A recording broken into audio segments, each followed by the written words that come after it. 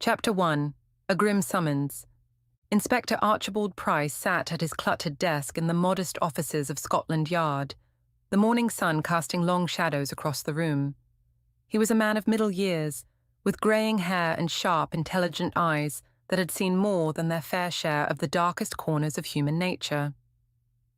Just as Price was about to delve into the paperwork piled on his desk, there was a brisk knock at the door. His trusted assistant, Constable Henry Clark, entered, holding a sealed envelope. "Inspector, this just arrived for you. Marked urgent," Clark said, handing over the letter. Price took the envelope, noting the expensive parchment and the elegant script that spelled out his name. Breaking the seal, he unfolded the letter and began to read. The letterhead bore the unmistakable crest of Thornfield Manor, an estate he had heard of but never visited. The letter was from Lady Margaret Pembroke, the widow of Lord Alfred Pembroke, a name that carried weight in certain circles of London society. The contents were brief, but laden with an urgency that Price could not ignore. "Inspector Price, I write to you in a state of profound distress. My husband, Lord Alfred Pembroke, has been found dead under circumstances that defy simple explanation. I implore you to come to Thornfield Manor at once, for I fear that a great injustice has been done. The local authorities seem baffled, and I have every reason to believe that only a man of your reputation can bring clarity to this dreadful affair. Please come at once. Yours sincerely, Lady Margaret Pembroke." Price set the letter down, his mind already working through the implications. Lord Alfred Pembroke was a man of considerable wealth and influence, known for his philanthropy and connections in the upper echelons of society. A sudden, unexplained death in such a household was bound to be fraught with complications.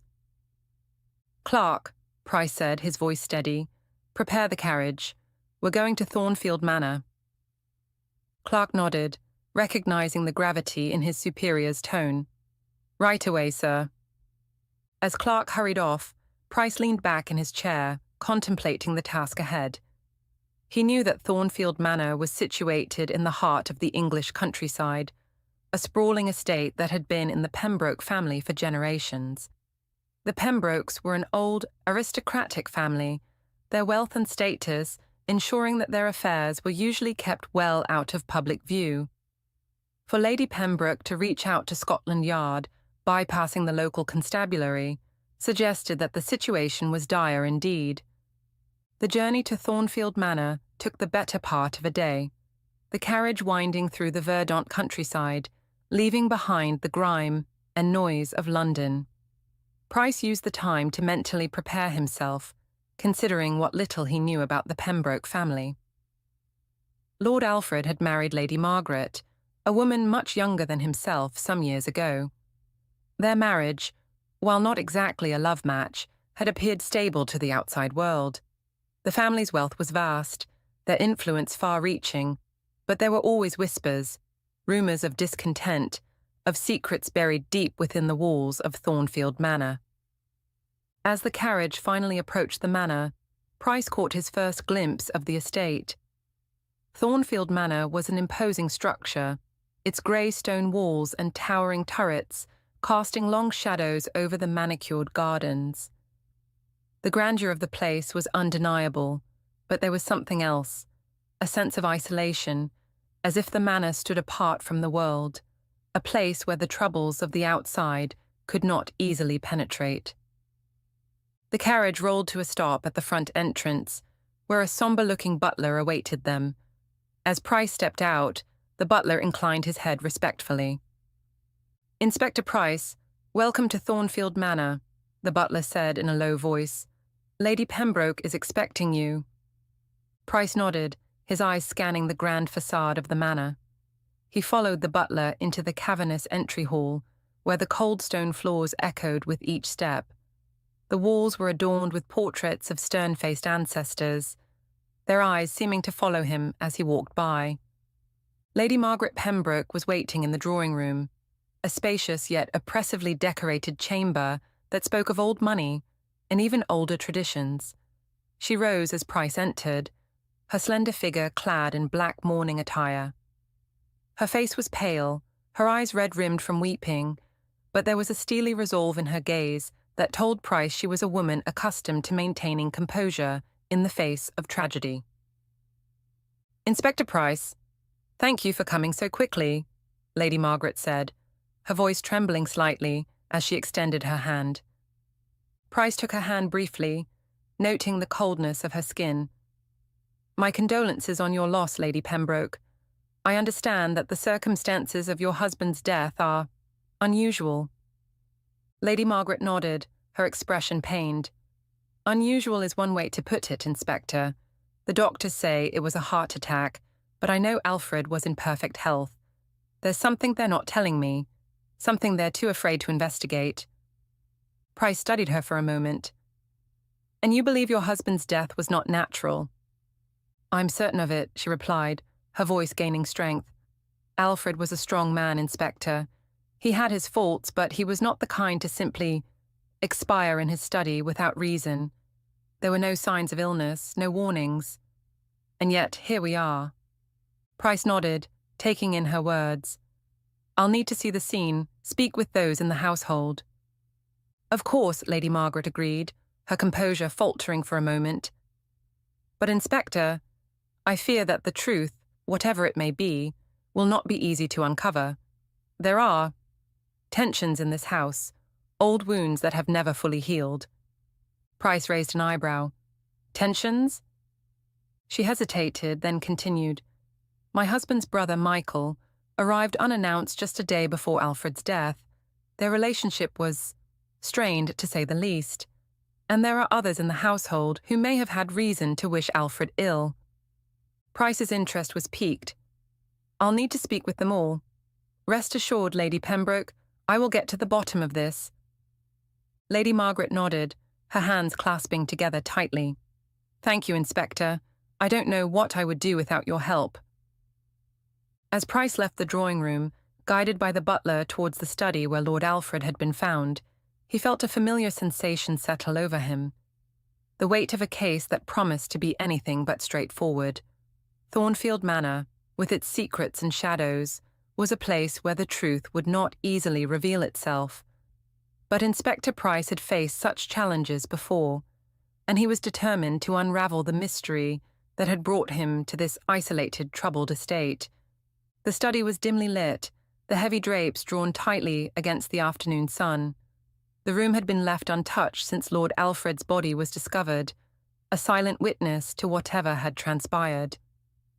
Price took a moment to absorb the atmosphere, noting the cold hearth, the untouched glass of brandy on the desk, and the papers scattered as if abandoned in haste. It was here, in this room, that the answers lay hidden, and it was here that Price would begin his search for the truth. Chapter 2. The Scene of the Crime. Inspector Price stood at the threshold of Lord Alfred Pembroke's study. The butler, Mr. Granger, hovered at his side, his face impassive, but his eyes betraying a hint of the anxiety that had gripped the household since the tragedy. "Has the room been disturbed since Lord Pembroke was found?" Price asked, his voice low but firm. "No, sir," Mr. Granger replied. "Lady Pembroke gave strict instructions that nothing was to be touched until your arrival." Price nodded in approval. As he stepped into the study, the heavy scent of leather-bound books and pipe tobacco filled his nostrils, but there was another smell beneath it, faint but unmistakable, the metallic tang of blood. The study was a large, imposing room with dark wood panelling and shelves that reached up to the high ceiling, filled with volumes that spoke to Lord Alfred's wide-ranging interests. A large mahogany desk dominated the centre of the room, its surface cluttered with papers, an inkpot and a quill pen that lay discarded as if the writer had been interrupted mid-thought. On one side of the room, a tall window, its drapes half-drawn, allowed a sliver of light to spill across the polished floor. Price's gaze moved to the leather armchair behind the desk, where Lord Alfred's body had been found. The chair was slightly askew, and a dark stain marred the rich leather. Price approached slowly, his eyes scanning every detail. The chair was now empty, of course. Lord Alfred's body had been removed to the family crypt, where it awaited further examination, but the evidence of violence remained. The stain on the chair was dried blood, a stark contrast against the deep brown leather. Price knelt to examine it more closely.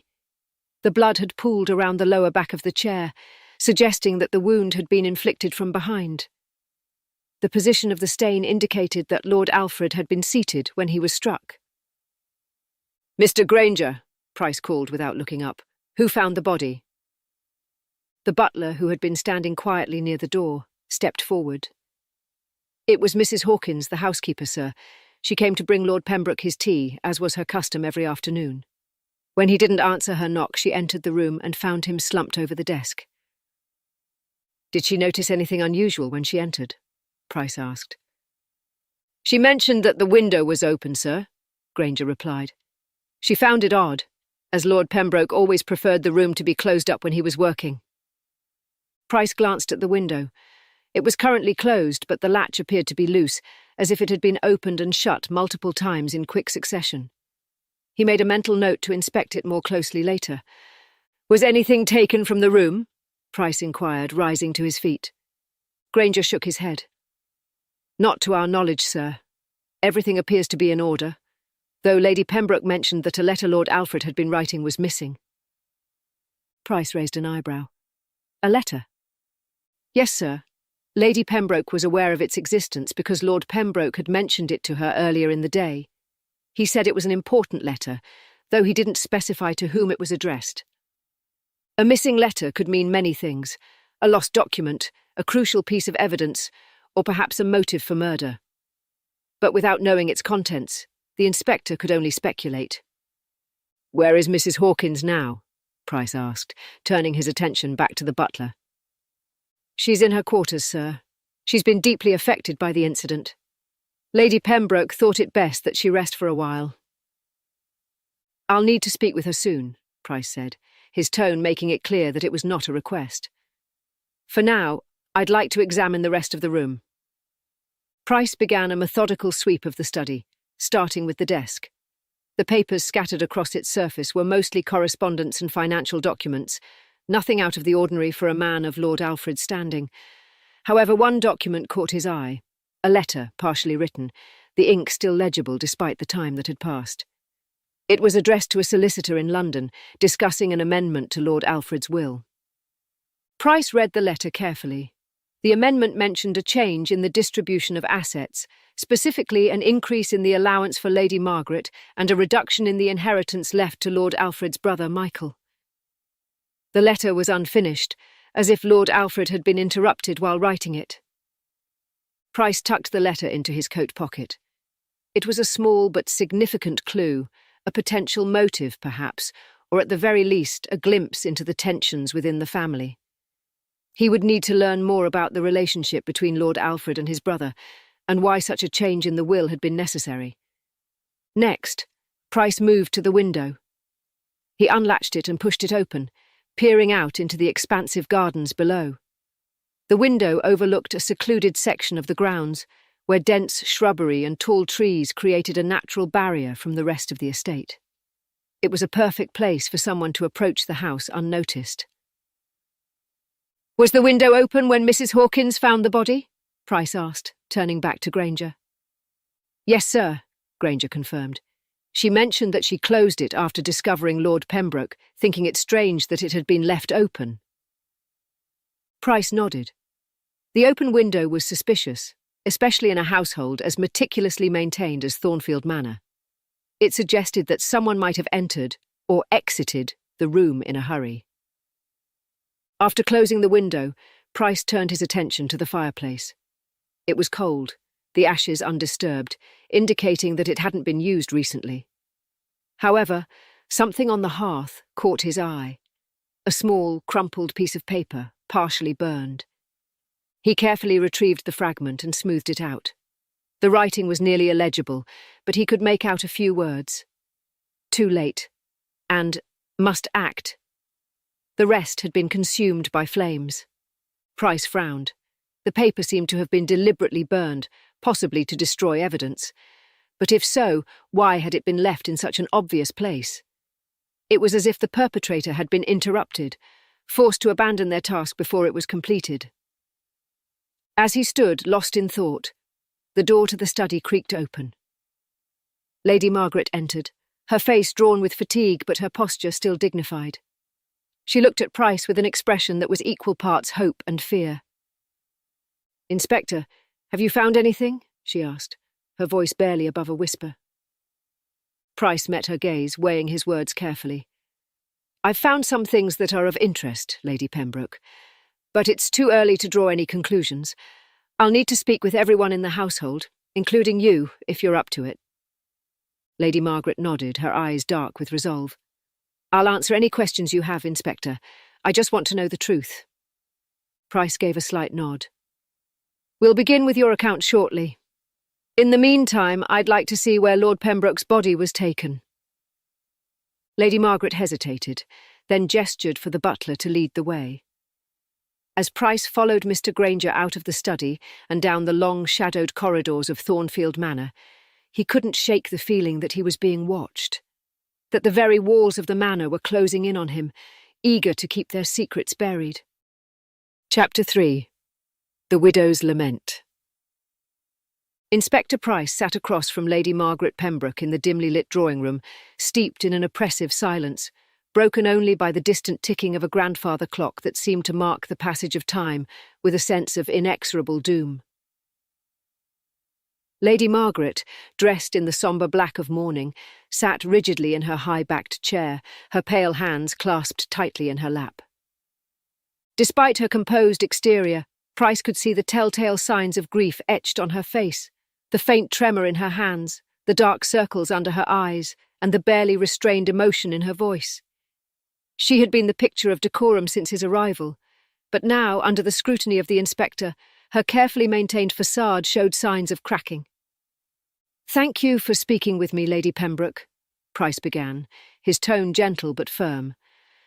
"I know this is a difficult time for you, but it's important that we understand everything that led up to your husband's death." Lady Margaret nodded slowly, her eyes downcast. "I understand, Inspector. Please, ask what you must." Price took a deep breath.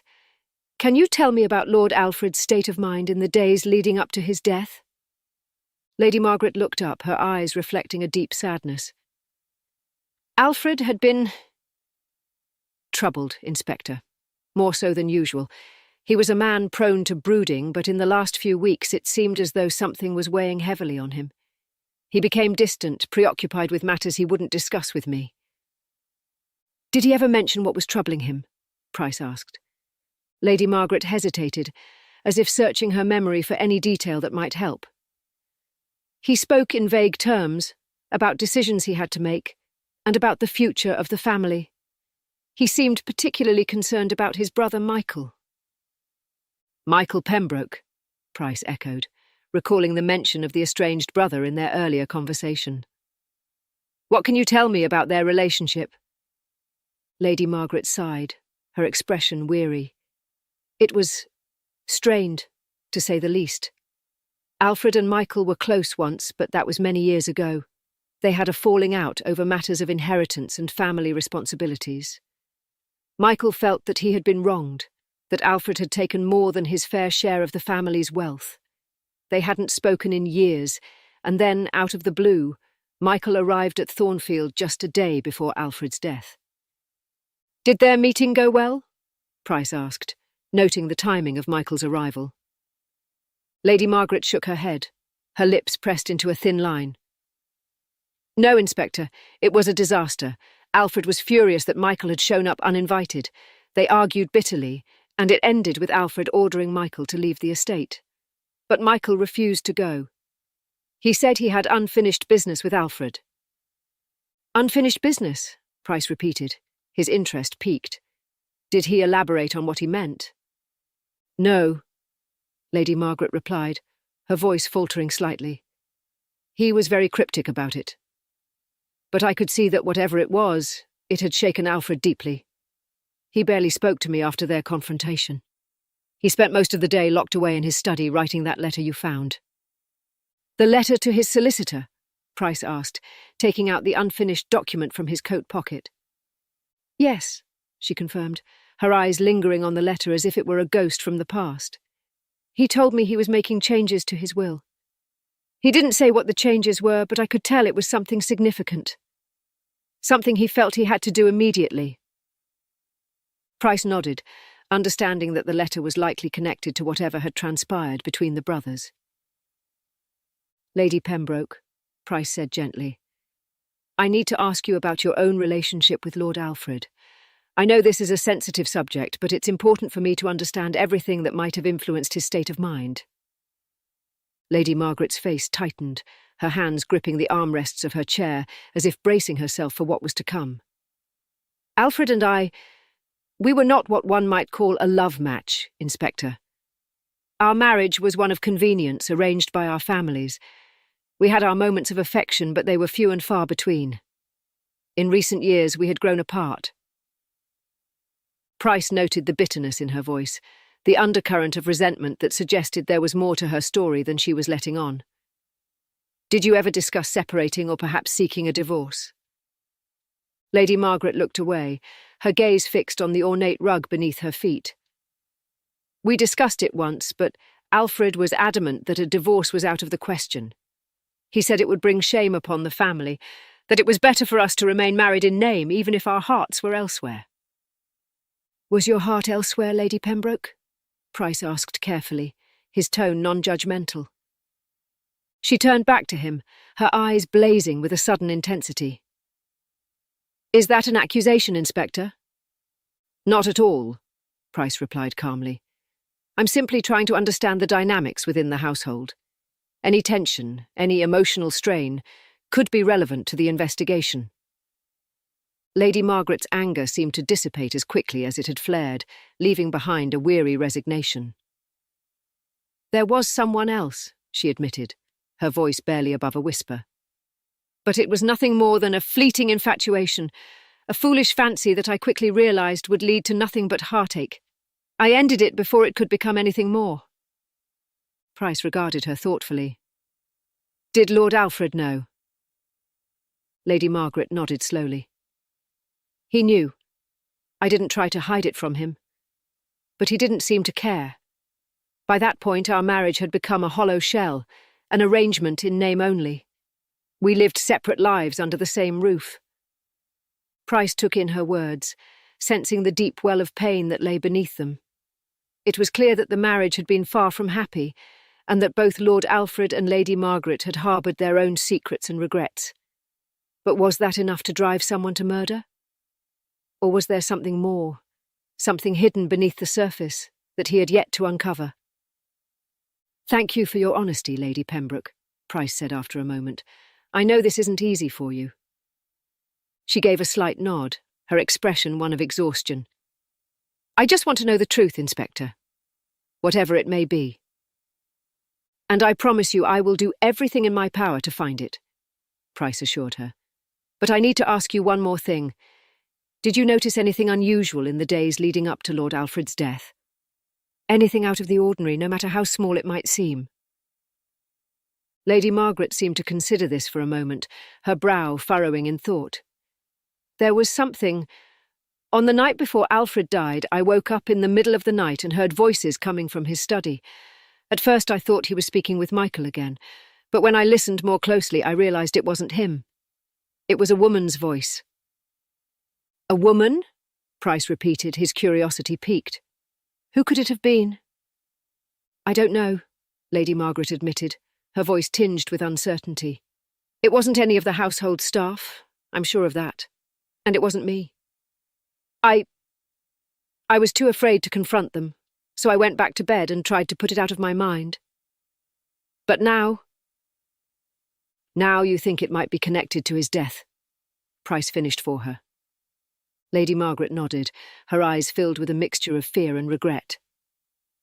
"I can't help but wonder if I should have done something, if I should have stopped it. But I was too afraid, too unsure of what I heard." Price leaned back in his chair, his mind working through the possibilities. The presence of an unknown woman in Lord Alfred's study on the night before his death was a significant detail, one that could point to a hidden aspect of his life. perhaps an affair, or some other secret that had led to his untimely demise. "Lady Pembroke, I'll need to investigate this further," Price said, his tone firm. "But rest assured, I will leave no stone unturned in my search for the truth." Lady Margaret gave him a weak smile, though it didn't reach her eyes. "Thank you, Inspector. I appreciate your diligence." As Price stood to leave, Lady Margaret reached out and touched his arm, stopping him in his tracks. "Inspector," she said softly, her voice trembling slightly, "I loved Alfred in my own way. Despite everything, I never wanted this to happen. I hope you believe that."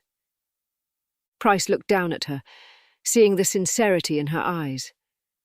"I believe you, Lady Pembroke, and I'll find out who's responsible for his death." Chapter 4. A House Divided. Price had spent the day interviewing the household staff and family members, piecing together a fragmented narrative of the days leading up to Lord Alfred Pembroke's death. Yet the more he learned, the more elusive the truth became.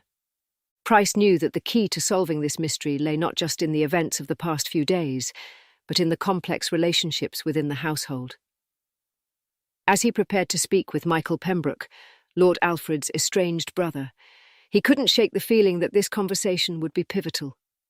Mr. Granger, the butler, had informed Price that Michael was waiting for him in the library, a room that, like so many others in Thornfield, was steeped in history and grandeur.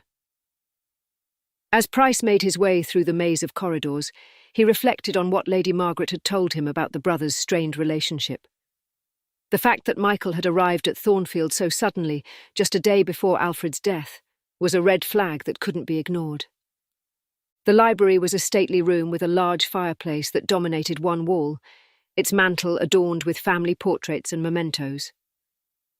Michael Pembroke stood by one of the tall windows, staring out at the manicured gardens beyond, a glass of brandy in his hand. Michael turned as Price entered the room, his expression unreadable. He was a tall man, broad-shouldered and powerfully built, with the same aristocratic features as his late brother, though there was a roughness about him that spoke of a life lived outside the genteel confines of Thornfield Manor. His dark hair was flecked with grey, and his eyes, a piercing blue, seemed to scrutinise Price with an intensity that was almost unsettling. "Inspector Price," Michael said, his voice deep and gravelly. "I was wondering when you'd get around to questioning me." Price inclined his head in greeting. "Mr. Pembroke, thank you for agreeing to speak with me. I'm sure you understand that I need to cover all angles in this investigation." Michael gave a wry smile. "Of course. It's not every day that a man's brother is found murdered in his own home." Price didn't respond to the provocation, instead gestured to the armchairs by the fireplace. Michael nodded and moved to one of the chairs, sitting down with a deliberate casualness that Price recognised as a mask. The man was on guard, every movement calculated. Price took the chair opposite him, studying Michael as he settled in. "I'd like to start by asking about your relationship with your brother, Lord Alfred. Lady Margaret mentioned that you hadn't spoken in years before your arrival at Thornfield. What prompted you to visit now?" Michael swirled the brandy in his glass, his gaze fixed on the amber liquid as if it held the answers to life's mysteries. "I'm sure Margaret gave you the broad strokes. An inheritance dispute, a falling out, all that family drama. But there's more to it than that, Inspector. Alfred and I were once very close, but as we grew older, our paths diverged. He chose the life of a country gentleman, managing the estate, while I sought my fortunes elsewhere." "And where exactly did you seek those fortunes?" Price asked, his tone neutral. Michael looked up, his expression hardening. "The colonies, Inspector. I spent years in India, then Africa. Made a name for myself, for better or worse. But that's beside the point. I came back because I'd heard rumours that Alfred was making changes to his will, and I wanted to know why." Price leaned forward slightly. "And did you find out?" Michael's lips twitched in a faint smile. "Not directly. Alfred was always tight-lipped about his affairs, but I knew him well enough to sense that he was troubled. There was something weighing on him, something he wasn't ready to share." Lady Margaret mentioned that you and your brother had a heated argument the day you arrived, Price said, watching Michael closely. Can you tell me what it was about? Michael's smile faded, replaced by a look of irritation. It was about the will, of course. Alfred didn't appreciate me meddling in his business, and I didn't appreciate being left in the dark. We exchanged some harsh words and he ordered me to leave, but I wasn't going anywhere, not until I got some answers. And did you? Price asked. Michael shook his head, his expression darkening. No. Alfred stormed off to his study, and I didn't see him again until the next day when I was told he was dead. Price considered Michael's words carefully. The story he told was plausible enough, but there was a coldness in his demeanour, a detachment that set Price's instincts on edge. He decided to probe further. What was your relationship with Lady Margaret like? Price asked, shifting the focus slightly. Michael's eyes narrowed, a flicker of something, resentment, passing across his face. Margaret and I have always been civil, but we were never close. She's a practical woman, very different from Alfred in that regard. I respected her, but we didn't see much of each other. Did you notice anything unusual about her behaviour the day prior to your brother's death? Price pressed. Michael frowned as if considering the question. She seemed tense. But then again, we all were. There was a lot of strain in the air, and Margaret was doing her best to keep the household running smoothly. I can't say I noticed anything out of the ordinary, though. Price noted the ambiguity in Michael's response. Mr. Pembroke, I need to ask you directly. Where were you on the night your brother was killed? Michael's expression hardened, and for a moment Price thought he might refuse to answer. But then Michael let out a slow breath, his shoulders relaxing slightly. I was in my room, he said. I didn't leave the East Wing after our argument.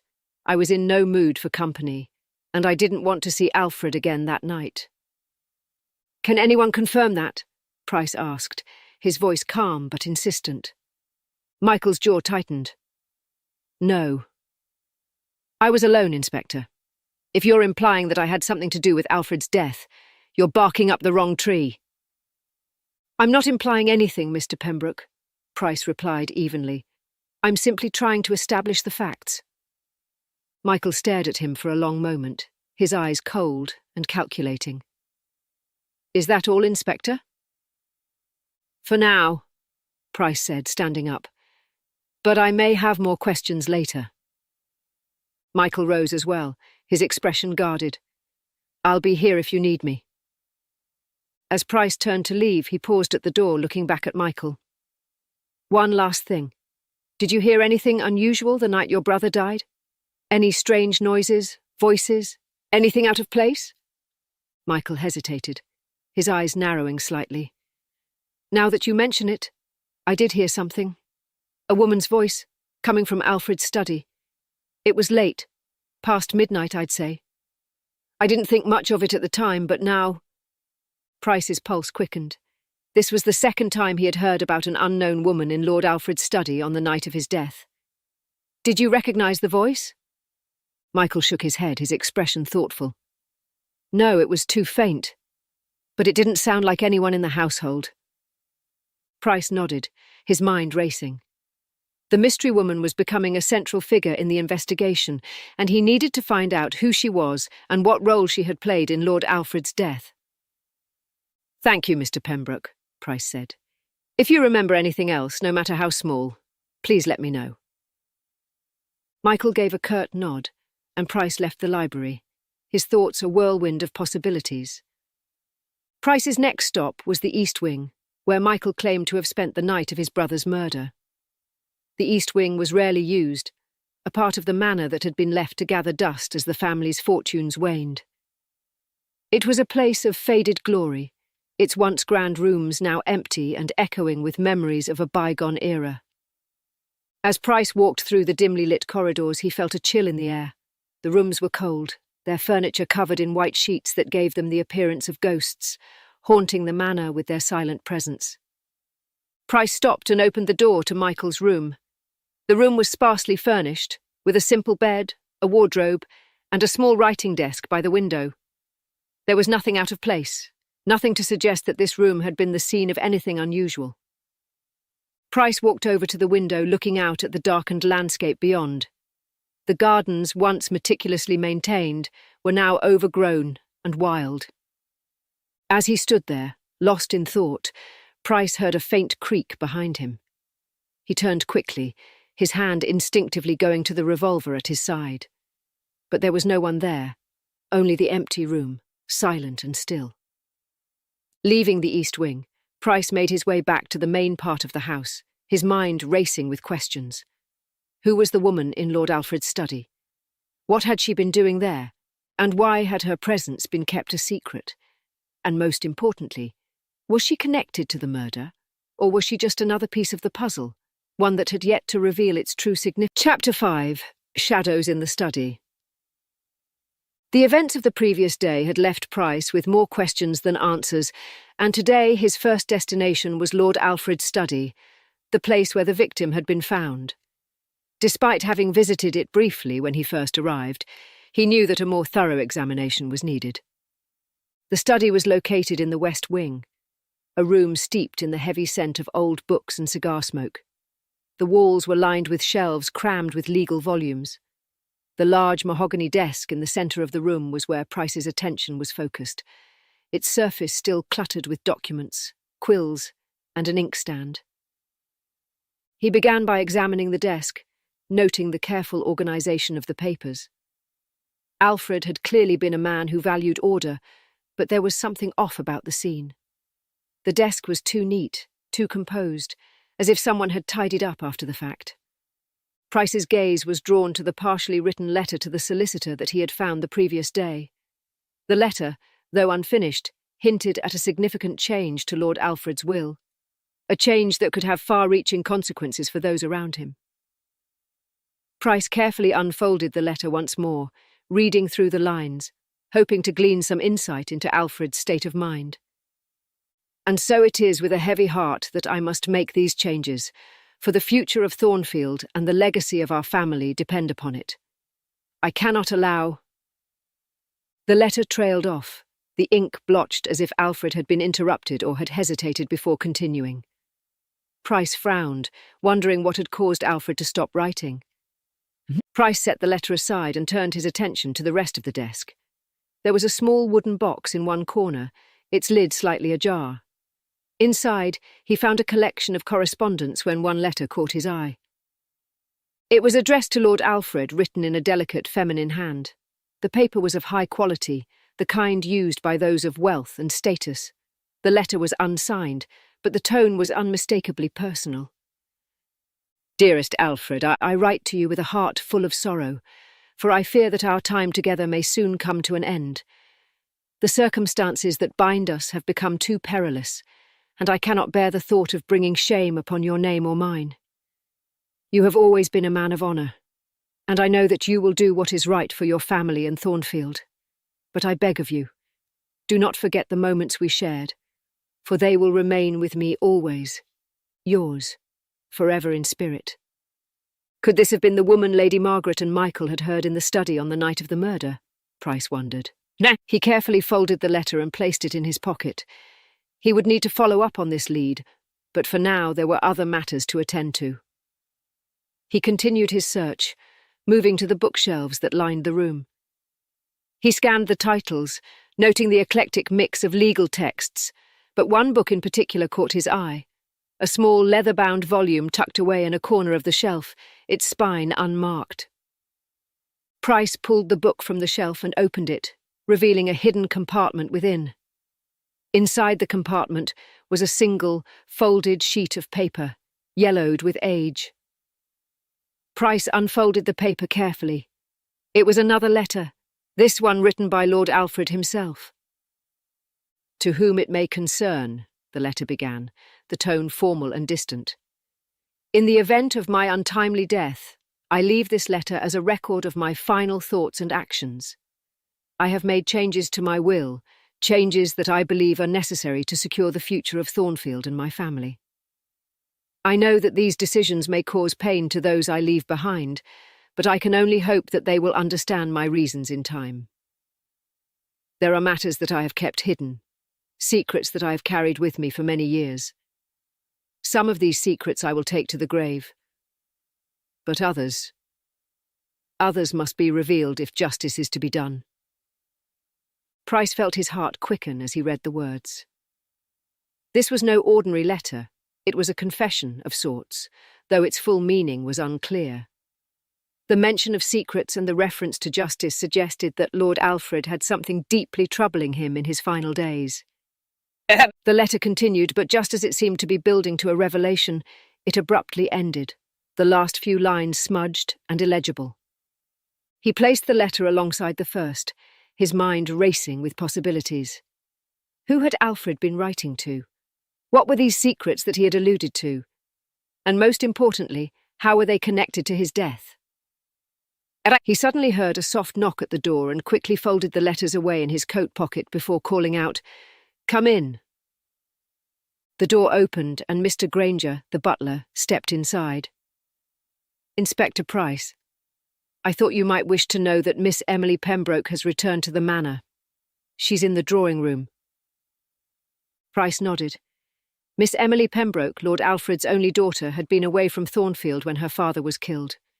Her return had been delayed due to the poor weather, but now that she was here, Price was eager to speak with her. Emily's perspective on her father and the family dynamics could be invaluable. "Thank you, Mr. Granger," Price said, standing up. "I'll speak with her at once." The drawing room was a bright, airy space, a stark contrast to the dark and brooding study. The walls were adorned with famous portraits. Emily Pembroke stood by the window. She was a young woman in her early 20s, with the same striking features as her father: dark hair, fair skin, and an air of quiet dignity. Price paused for a moment, observing her. Emily was dressed in a simple black gown, her mourning attire elegant yet understated. She turned her eyes, meeting his with a mixture of curiosity and apprehension. "Miss Pembroke," Price greeted her with a slight bow. "My condolences on your loss. I'm Inspector Price, here to investigate your father's death." "Thank you, Inspector," Emily replied, her voice soft but steady. "It's all been such a shock. I still can't believe he's gone." "I understand this is a difficult time for you," Price said gently, "but I need to ask you some questions about your father and the days leading up to his death. Anything you can tell me might be helpful." Emily nodded, moving to sit on one of the upholstered chairs by the fireplace. Price took the seat opposite her, studying her closely. Despite her composed exterior, he could see the strain in her eyes, the grief that she was trying so hard to keep under control. "So, Miss Pembroke, can you tell me about your relationship with your father?" Price began, his tone sympathetic. Emily took a deep breath before answering. "Father and I were close, Inspector. He was a stern man, but he always had my best interests at heart." "Did he ever share any concerns with you?" Price asked. "Anything that might have been troubling him in recent weeks?" Emily hesitated, her brow furrowing as she considered the question. "He did seem more preoccupied than usual lately, but he didn't confide in me. Father was a private man, and he didn't talk much, but I could tell that something was on his mind." "Did he mention anything about changing his will?" Price asked, watching her reaction closely. Emily's eyes widened slightly. "He did, actually. He mentioned it in passing a few weeks ago, but he didn't go into detail. I assumed it was just a routine update, something to do with the estate." "Miss Pembroke," Price said, changing tack slightly, "did you know of anyone who might have had reason to harm your father? Anyone with a grudge or a motive?" Emily looked down at her hands, her expression pained. I don't know, Inspector. Father was a respected man, but he wasn't without enemies. But I can't imagine anyone would go so far as to kill him." Price leaned forward slightly. "What about within the family? Was there any tension, any disagreements that might have escalated?" Emily's face paled, and for a moment, Price thought she might refuse to answer. But then she spoke, her voice barely above a whisper. "There were always disagreements, Inspector. Father and Uncle Michael, they were never on good terms. And Lady Margaret. She and father had their differences too, but it was nothing out of the ordinary, nothing that would lead to this. Price studied her closely. Here was more to this story, he was sure of it, but Emily was holding back. But why? Miss Pembroke, Price said softly, if there's anything you're not telling me, anything at all, now is the time to speak. Emily looked up at him, her eyes filled with uncertainty. For a long moment she seemed to wrestle with herself, but in the end she simply shook her head, her voice barely audible. I'm sorry, Inspector. I don't know anything more.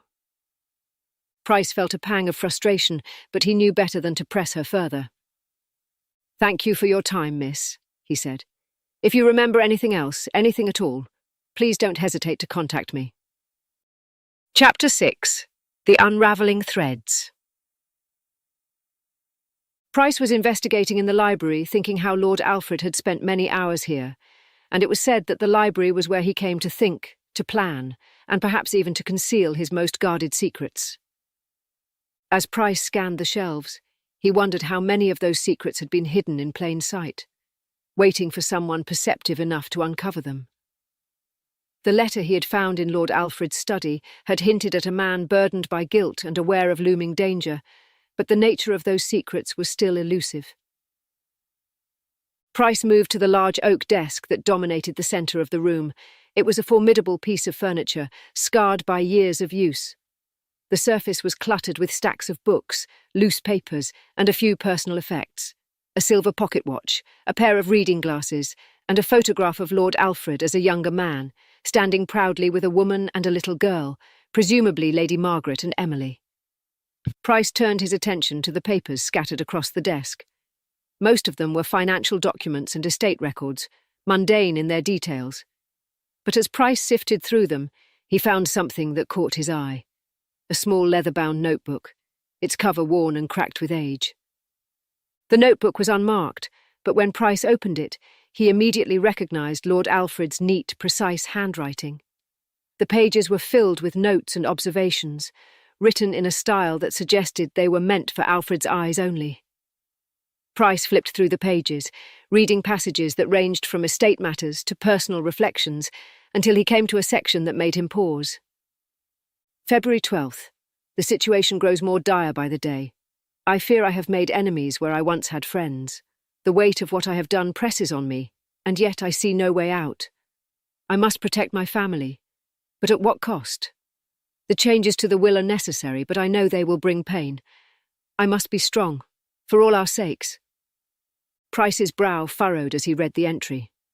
It was clear that Lord Alfred had been under immense pressure, but the details were frustratingly vague. What had he done that caused him such anguish? And who were these enemies he referred to? Price continued reading, searching for any further clues, but the entries that followed were more of the same. But then, near the end of the notebook, Price found something interesting. It was a single line, written hastily and underlined twice, as if to emphasize its importance. Beware the one who watches from the shadows. Price stared at the words. The warning was cryptic, but it suggested that Alfred had been aware of a threat, someone lurking in the background, watching and waiting. As Price pondered the significance of the warning, he heard a soft creak behind him. He turned quickly, his hand instinctively going to the revolver at his side. But there was no one there, only the empty room, silent and still. Price shook his head, chiding himself for his nerves. The house was playing tricks on him, its eerie atmosphere getting under his skin. Leaving the library, Price decided it was time to speak with the other members of the household. His conversation with Emily had yielded some useful information, but there were still others who might have insights into the events leading up to Lord Alfred's death, and he knew exactly where he wanted to start. Price made his way to the servants' quarters, the area of the house that was most removed from the grandeur and opulence of the rest of Thornfield. The corridors here were narrow and dimly lit, the walls plain and unadorned. Price had always believed that the servants of a household often knew more about their employers than they were given credit for. They saw everything, heard everything, and often had their own ways of piecing together the truth. He found Mrs. Hudson, the housekeeper, in the small office she maintained near the kitchen. She was a stout woman with a no-nonsense demeanour, her grey hair pulled back into a severe bun. She looked up as Price entered, her expression wary. "Inspector," she greeted him curtly. "What can I do for you?" "I need to ask you a few questions about Lord Alfred," Price said, taking a seat across from her, "and about the events leading up to his death." Mrs. Hudson pursed her lips, her eyes narrowing slightly. "I've already told the other officers everything I know. I don't see how I can be of any more help." Price leaned forward, his tone gentle but insistent. "I'm sure you've been very thorough, Mrs. Hudson, but sometimes the smallest details can make all the difference. I need to know if you noticed anything unusual in the days before Lord Alfred was killed. Anything out of the ordinary, no matter how insignificant it might seem." The housekeeper hesitated, her gaze shifting to the window as if she were considering her words carefully. Finally, she sighed and turned back to Price. "There was something," she admitted. "A few days before it happened, I found Mr. Michael and Lord Alfred arguing in the study. I didn't hear all of it, but they were shouting at each other. I've seen them disagree before, but this was different. It was vicious." Price's interest was piqued.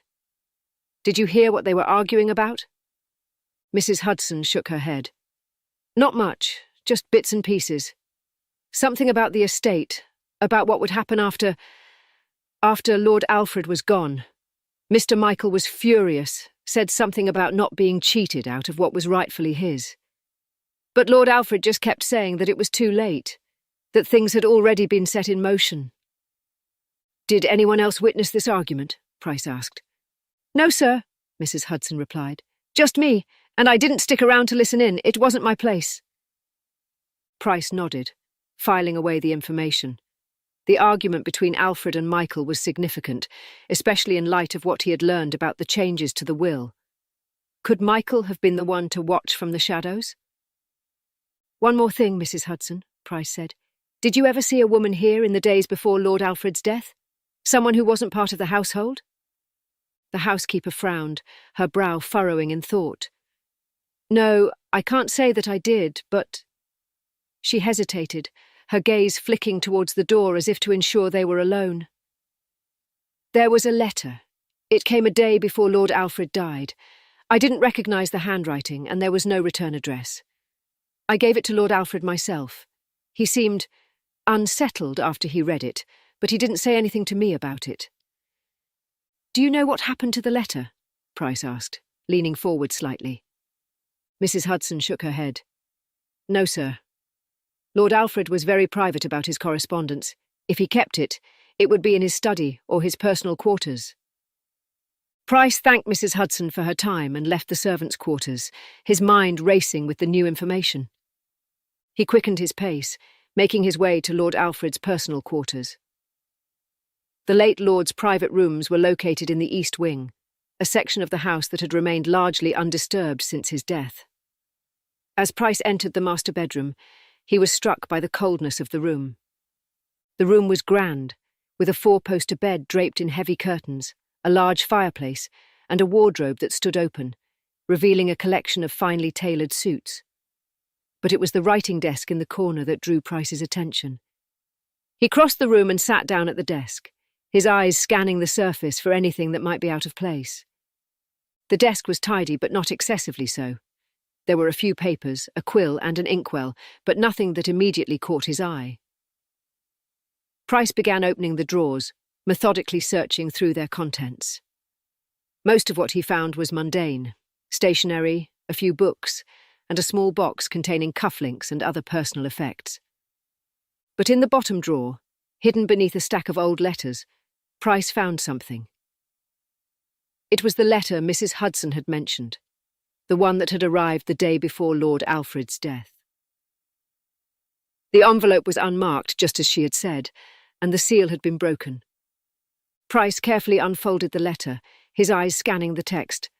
The handwriting was elegant, almost too perfect, and the message was brief. The sins of the past are never truly forgotten. You know what you must do. The consequences of inaction will be dire. There was no signature, no indication of who had sent the letter. But the tone was ominous, the threat clear. This was no ordinary letter. This was a warning, a final ultimatum that had clearly weighed heavily on Lord Alfred's mind. He folded the letter and placed it carefully in his pocket. As he left the master bedroom, he knew that the investigation was reaching a critical point. Chapter 7. Unmasking Deceit. As the evening drew near, Price decided it was time to confront one of the suspects directly. Michael Pembroke had been an elusive figure throughout the investigation, offering only the bare minimum of cooperation. Price had found Michael's manner evasive, and now, with the revelations from Mrs. Hudson and the discovery of the ominous letter, it was clear that Michael knew more than he was letting on. Price found Michael in the drawing room, seated in an armchair by the fire, a glass of brandy in his hand. Michael looked up as Price entered. "Inspector," Michael greeted him coolly. "To what do I owe the pleasure?" Price took a seat across from Michael, his eyes fixed on the man's face. "I thought it was time we had a more candid discussion, Mr. Pembroke. There are some matters that require further clarification." Michael took a sip of his brandy, his gaze steady. "I see. And what might those matters be?" Price didn't waste any time. "I understand you had an argument with your brother shortly before his death. It was overheard by one of the servants." Michael's expression darkened slightly. "Yes, we had a disagreement. It was nothing out of the ordinary for us, Inspector. Alfred and I often clashed on matters concerning the estate." "This disagreement was about the estate?" Price pressed. "It was," Michael admitted, setting his glass down. "Alfred was always stubborn, unwilling to listen to reason. He had certain ideas about how things should be run, and they didn't always align with mine." "The servant mentioned that you were particularly upset during this argument," Price said.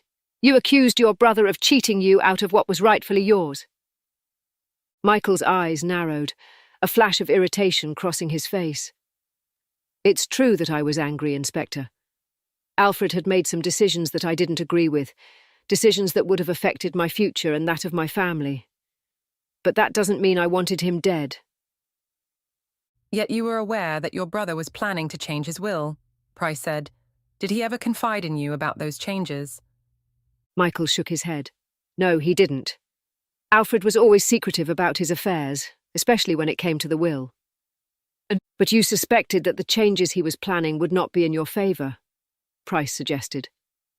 Michael's jaw tightened, his hands gripping the arms of his chair. "It crossed my mind, yes. Alfred had always favoured Emily, and I wouldn't have been surprised if he intended to leave the bulk of the estate to her."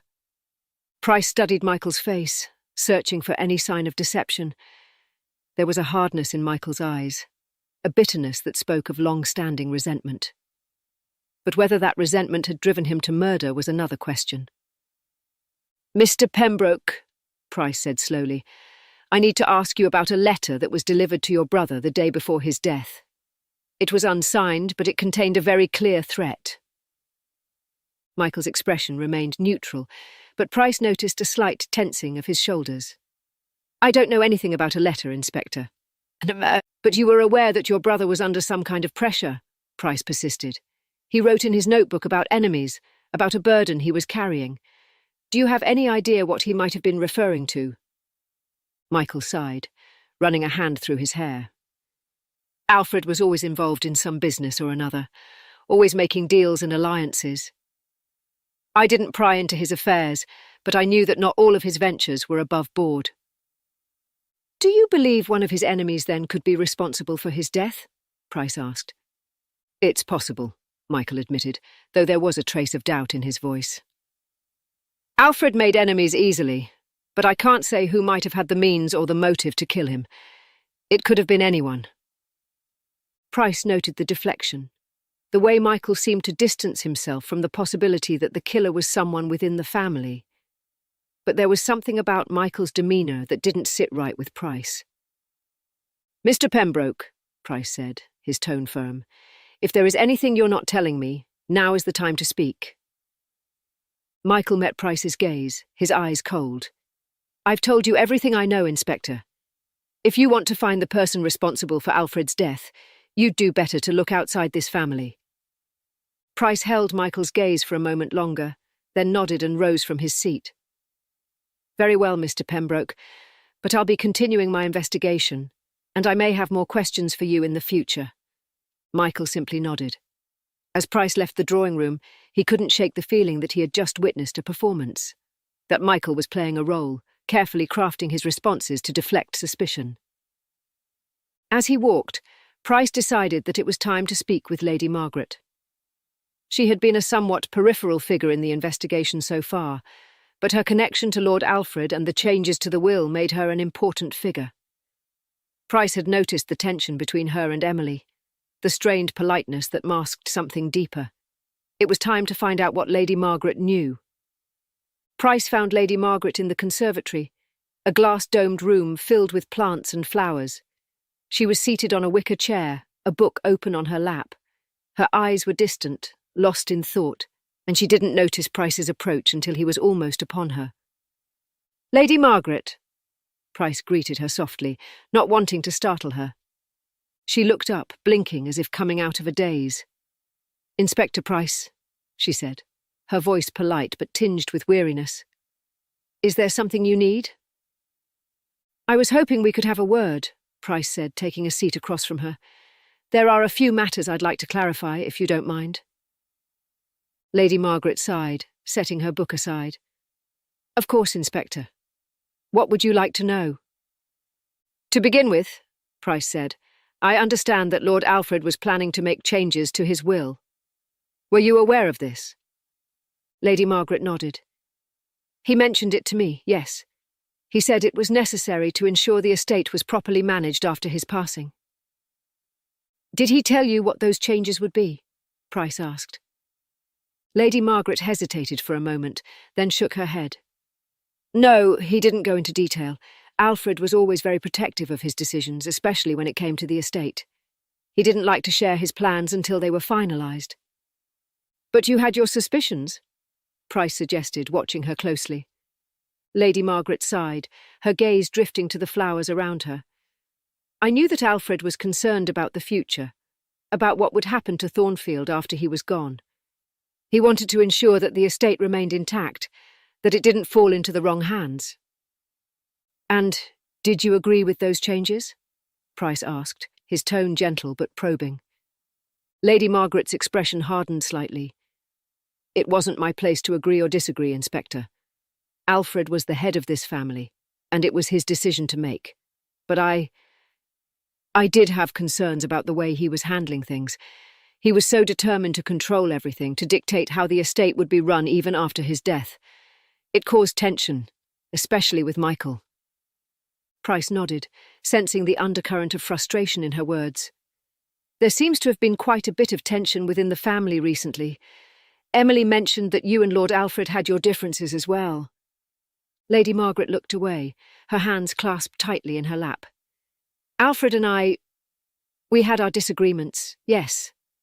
But they were nothing more than the usual differences of opinion that occur in any marriage."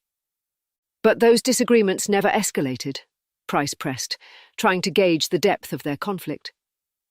Lady Margaret shook her head. "No, they didn't.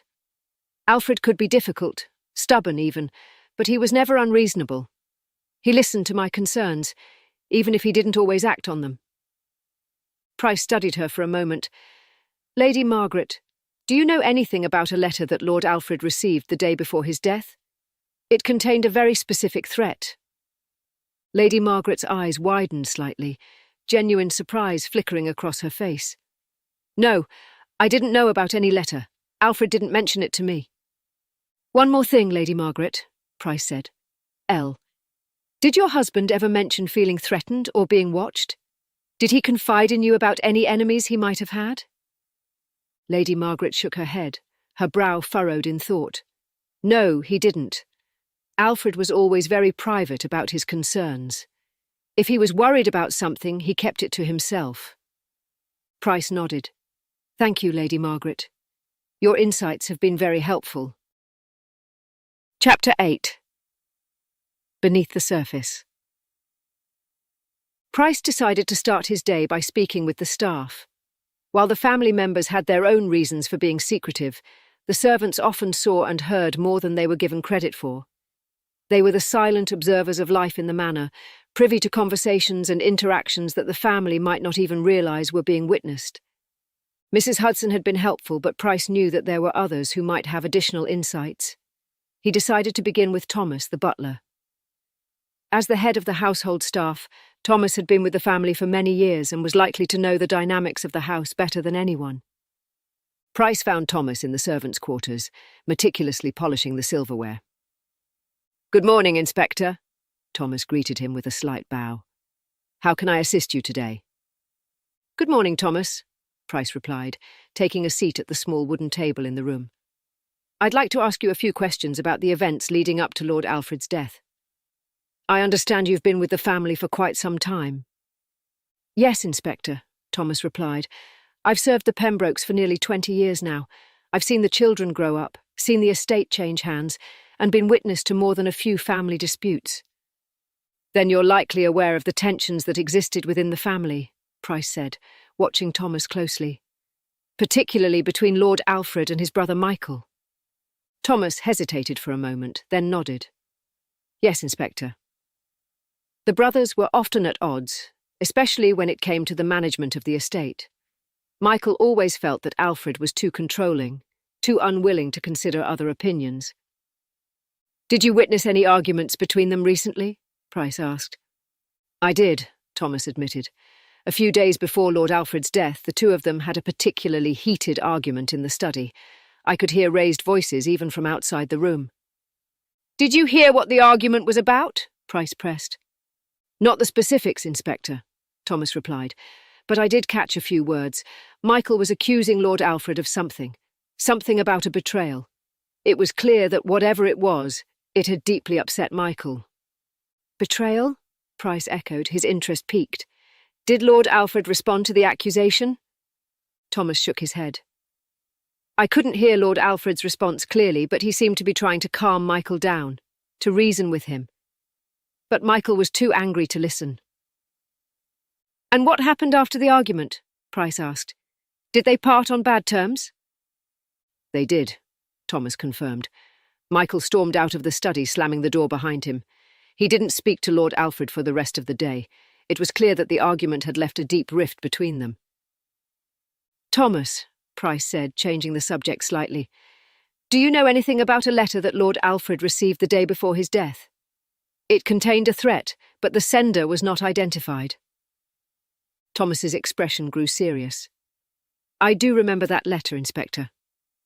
I was the one who brought it to Lord Alfred. It arrived in the Morning Post, but there was no return address, no indication of who had sent it." "Did you notice anything unusual about the letter?" Price asked. Thomas nodded. "It was unmarked, as you said, and the handwriting on the envelope was unfamiliar. I thought it odd at the time, but Lord Alfred didn't seem concerned. He simply took the letter and dismissed me." "Did he say anything after reading it?" Price inquired. "No, Inspector," Thomas replied, "but I did notice that he seemed unsettled. He went very quiet after reading the letter, and later that day he spent a long time in the study, writing something." "Did Lord Alfred have any visitors that day?" Price asked. "Only one, Inspector," Thomas said. "Mr. Hawthorne, the family solicitor. He came by in the afternoon and they had a lengthy discussion in the study. I wasn't privy to their conversation, but I assume it was related to the changes Lord Alfred was making to his will." Price nodded, the pieces beginning to fit together. It seemed likely that the letter had prompted Lord Alfred to take immediate action regarding his will, possibly in response to the threat it contained. But who had sent the letter, and what were they hoping to achieve?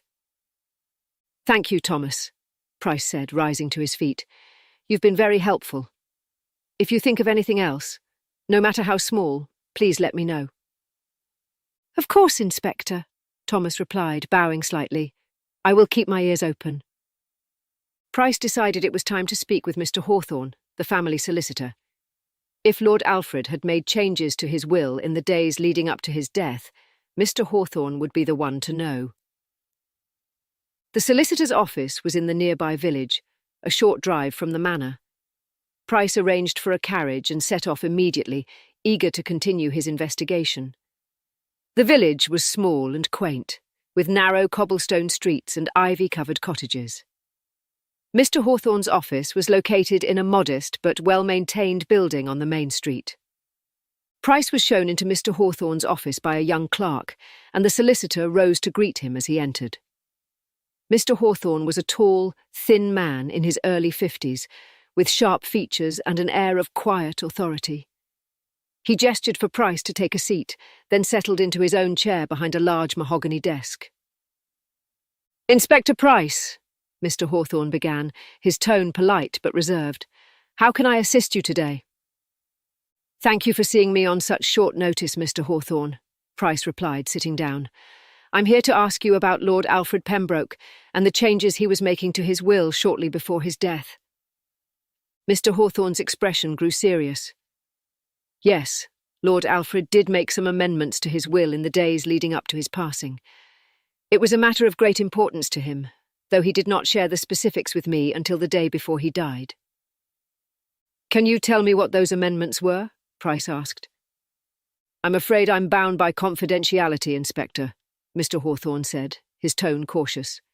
"However, given the circumstances, I can tell you that Lord Alfred was primarily concerned with the future of Thornfield Manor and ensuring its continued prosperity. He wanted to make sure that the estate was managed by someone he trusted implicitly." "Was that person Michael Pembroke?" Price asked, suspecting the answer. Mr. Hawthorne hesitated, then shook his head. "No, Inspector. Lord Alfred had become increasingly disillusioned with Michael's handling of certain matters related to the estate. The changes he was making were designed to limit Michael's influence and ensure that the estate would be protected in the event of his passing." "Did Lord Alfred mention who he intended to take over the management of the estate?" Price asked. "He did," Mr. Hawthorne replied, his expression grave. "Lord Alfred intended to leave the estate in the hands of his daughter Emily. He believed she had the temperament and the skills necessary to manage Thornfield effectively." Price nodded, absorbing this new information. The decision to pass over Michael in favour of Emily would have been a significant blow to Michael's ambitions, and might explain the heated argument between the brothers. "Did Lord Alfred express any concerns about his safety or mention receiving any threats?" Price asked, turning the conversation to the mysterious letter. Mr. Hawthorne looked slightly puzzled. "No, Inspector. He didn't mention any threats to me, but he did seem unusually anxious during our last meeting.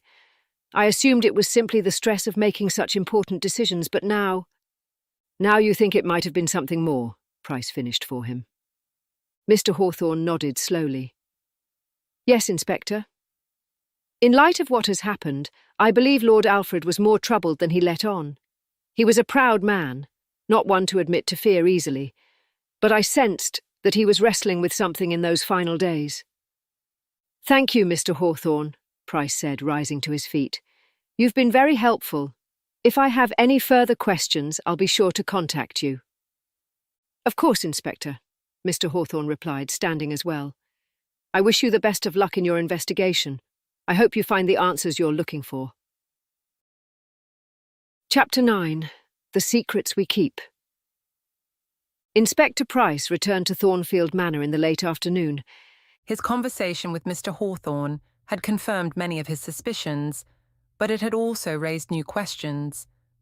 The decision to bypass Michael and entrust the estate to Emily was a significant one that would have undoubtedly caused friction. But was it enough to drive someone to murder? And who had sent the threatening letter that had so unsettled Lord Alfred in his final days? As Price pondered these questions, he found himself drawn to the library. The room was empty, the heavy curtains drawn back to allow the fading daylight to filter through the tall windows. Price walked slowly along the shelves, his eyes scanning the titles as he considered his next steps. There was something about the library that felt significant, as if it held the answers he was seeking. It was a place of knowledge, of history, and it had been one of Lord Alfred's favourite rooms in the manor. As he reached the far end of the room, Price noticed a small, leather-bound journal lying on one of the side tables.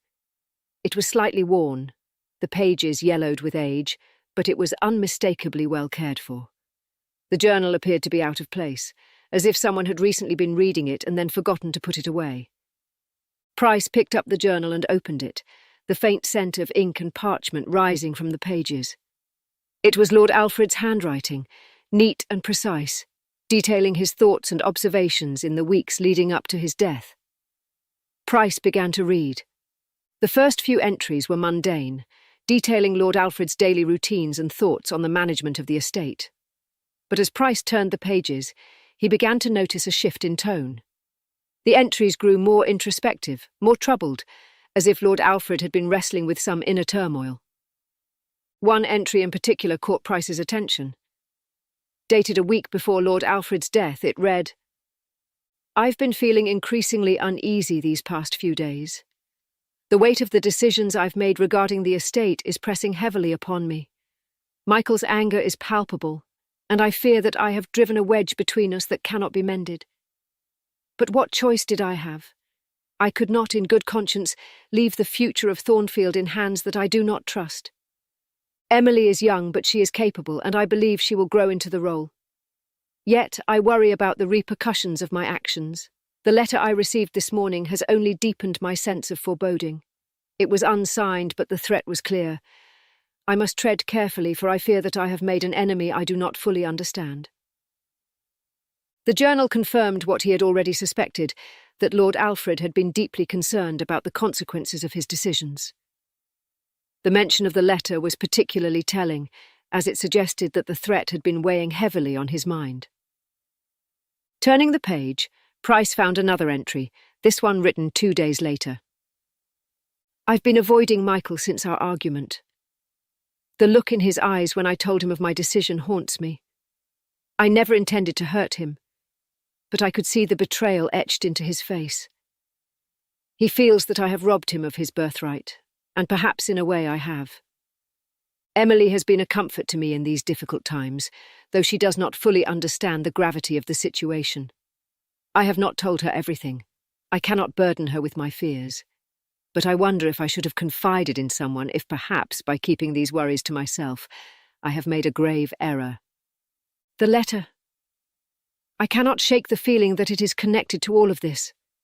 I have considered going to the authorities, but what would I tell them? That I received a vague threat? That I am being haunted by my own conscience? No, I must handle this on my own. But the weight is growing heavier, and I fear I am not as strong as I once was." The entries ended there, the final pages of the journal blank. Price closed the book slowly, his thoughts churning. Price slipped the journal into his coat pocket, knowing that it could serve as important evidence. He left the library and made his way through the dimly lit corridors of the manor. Chapter 10. The Truth Revealed. The afternoon sun cast a warm glow over Thornfield Manor as Inspector Price prepared for his final confrontation. He had requested Mr. Hawthorne to meet him in the study, the very room where the solicitor had seemed so uneasy about the recent changes to Lord Alfred's will. Price felt a mixture of anticipation and apprehension as he reviewed his notes, the evidence finally converging on a single suspect. Mr. Hawthorne arrived promptly, his demeanour calm but his eyes betraying a hint of nervousness. He greeted Price with a polite nod before taking a seat across from him. "Inspector," Hawthorne said, settling into the armchair, "I assume you have some new developments to discuss." "Yes, Mr. Hawthorne," Price replied, leaning forward. "I've been reviewing all the evidence and speaking with the family. There's something I need to clarify with you regarding Lord Alfred's will and the recent changes made to it." Hawthorne's expression remained composed, but a flicker of unease crossed his features. "I'm listening, Inspector." "Miss Pembroke mentioned that you were particularly agitated about the changes to the will," Price began, his tone measured. "You expressed concerns about how it might affect the estate and its management." Hawthorne nodded. "Indeed, I was concerned.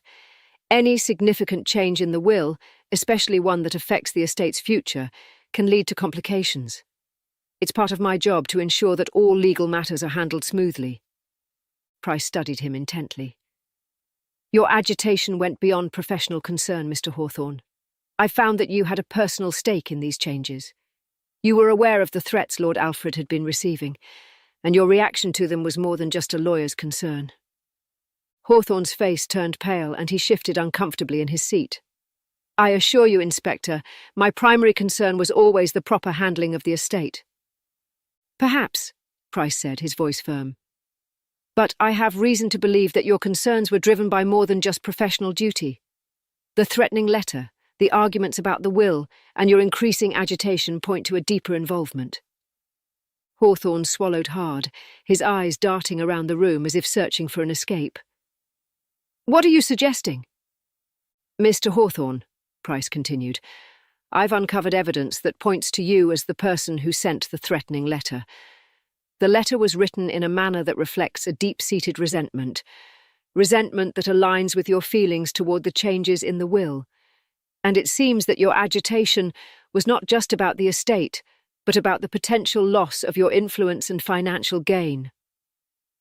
Hawthorne's facade of composure began to crumble. He looked down at his hands, his fingers trembling. I didn't mean to... Didn't mean to what? Price pressed, his voice hardening. Didn't mean to threaten Lord Alfred? Or didn't mean to go further and commit murder when your threats were ignored? Hawthorne's face contorted in anguish. I was desperate. The changes to the will would have left me with nothing. My position, my influence, all at risk. Lord Alfred was making decisions that could ruin me. I felt cornered. Price's eyes narrowed. So you decided to take matters into your own hands. You sent the letter to scare Lord Alfred, hoping he would reconsider his decision. But when he didn't, you saw no other option but to act. Hawthorne nodded, tears welling in his eyes. I never intended to kill him. I just wanted him to understand the severity of the situation. But when he ignored the letter and continued with his plans, I felt my whole world slipping away. He wanted Emily to have full control and cut me off from the will like a piece of garbage. Price's expression softened slightly, though his resolve remained unshaken. Your actions had dire consequences, Mr. Hawthorne. The murder of Lord Alfred was the result of your inability to accept the changes and the desperation to cling to your former power. I didn't think it would come to this, Hawthorne said, his voice breaking. I'm so sorry. I never wanted anyone to die. You'll need to come with me, Price said, standing up. We'll have to make a formal statement and prepare for the legal proceedings. As Price escorted Hawthorne out of the study, he glanced around the manor, reflecting on the events that had transpired. The estate would eventually heal from the wounds inflicted by this tragedy, but the scars would remain.